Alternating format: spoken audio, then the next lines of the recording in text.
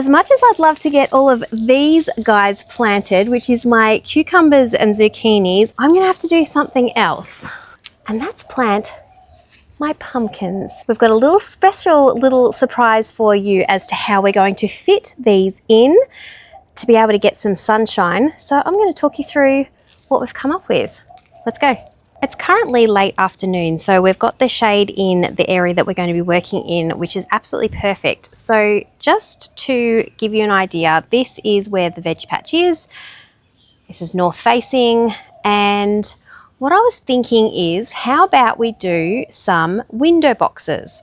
So basically, underneath the windows, place a box here to be able to have the pumpkins cascading down into this space here, but then keep them out of the garden beds, so that therefore maximizes our space and capitalizes on the light. So then we've got plenty of space for some pumpkins. But I did some research, and did you know that a pumpkin has a taproot that can go down as far as 6 feet? That's as tall as my husband. So I was thinking, well, these window boxes, when they're sort of 25 to 30 centimeters deep, that's not going to satisfy that large taproot. So then we were thinking, well, what can we do? We could put a pot, perhaps, but the pots that we could find, most of them were around 50 to 60 centimeters, 1, 2, maybe around 70 to 80, but not really going to be suffice for that really long taproot that we need to accommodate for. So then my husband said, what about PVC piping? Definitely not the most attractive of things, but we could paint it or do something like that.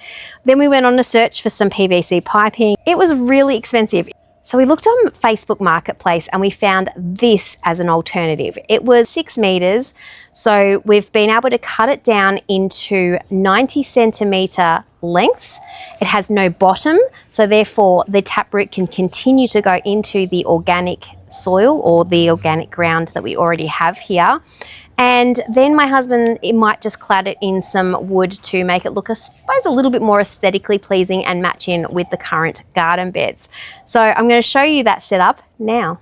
Now, this purple sprouting broccoli has been amazing throughout the season. We have been blessed with so much from it, but it is now time to go to make room for our pumpkins. The idea is that we're going to place 3 of them in this dead space because it's going to get lots of natural light and lots of sunshine here, and then the pumpkins can cascade down and behind the beds and around and just meander. So they're not bad just like that. They obviously have a lot more detail than a PVC pipe does. But then my husband was thinking of building a frame just to sort of clad them so they kind of looked like a box, and then that would sort of tie them into the other garden beds as well. And that's the 3 on that side. So last year I had the hay bales that we put the sweet potatoes and the Lebanese zucchinis in, and I had 2 bales here side by side. One I used for out the front for the community garden, and the other I've just had sitting here. So this is what we're going to use this one for, is because that's a lot of space to fill up with some soil. I'm going to use the straw bale and use that for the bottom layer. And this is a new pea straw bale that I got from Vasili's, and that I'm just going to compare to see the difference, whether we get a better production of the sweet potatoes in this compared to the last year's one. But let's get this one.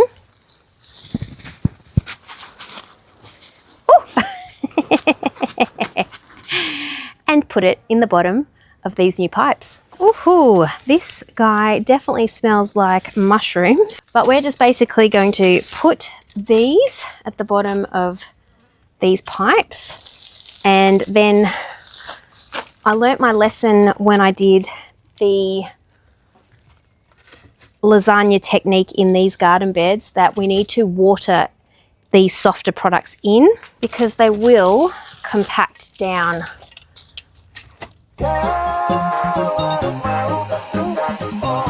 Got worms.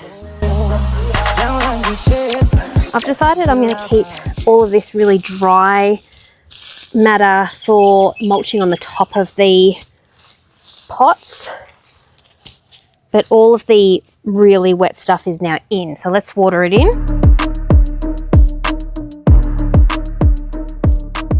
I'm going to put a mix of Coco Pith and Compost to start with, and then top up with the planting mix from Vasili's.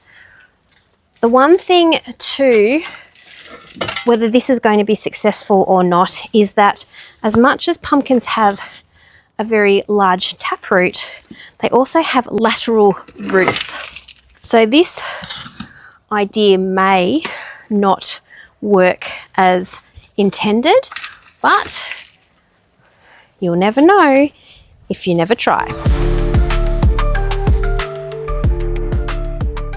So these have taken, in the end, 1 bag of Coco Pith, 1 bag of compost mixed together, and then topped with 2 bags of planting mix. And that, my friends, is done. So I was about to say that I have 7 different varieties of pumpkins that I need to plant. However, I was just walking past a punnet of seedlings and went, that looks like a pumpkin leaf to me. Check the tag, and sure enough, it's another pumpkin. So that would be 8 pumpkins that I have to find spots for. So I've got 3 of these pots under the 2 windowsills now, or the 2 windows, I should say. And I was going to plant 2 pumpkins in the outside ones and then let them cascade down and around, and then just put something different in the center pot. However, now that I've got 8 to find spots for, I was going to do the small ones in the center. So that's the Baby Boo and the Jack Be Littles, and then they can hopefully be smaller plants and won't take up as much room, and then put the larger ones on the outside. So I was thinking, okay, that's 6. And then last year I had the butternut pumpkins over the archway. However, this year I'm going to put the watermelons on the archway. So that left me with the back frame, which I could put the 7th pumpkin on. But now that I've got 8, I might put 2 varieties along that back frame. Now, because of light, we are going to have to get rid of said olive tree. I think we're just going to cut it down to one of the nodules and see how it grows back, and then make a decision. Okay, that was totally confusing, but while I was off camera, I was trying to place all of these, but this is going to be the final selection. So I've got the Long Island cheese going on this side. I was going to put the Baby Boo, but I'm going to end up putting the Jack Be Little. And then on this one is going to be the Musc de Provence. On this center frame, I'm going to put the red curry and the sweet dumpling. I'm going to have to do that another day, however, because I'm just waiting for these broad beans to finish up so that I can collect the seeds from those. And I have noticed that this bed has dropped quite a lot in the bottom there, so we're going to have to top this bed up. So we will do those another day. And then on this side is going to be the spaghetti squash. That is the Baby Boo, so that's white. Spaghetti squash is like a yellow. And then this is the butternut pumpkins, which are that pale orangey colour. So that should be a nice selection of colours.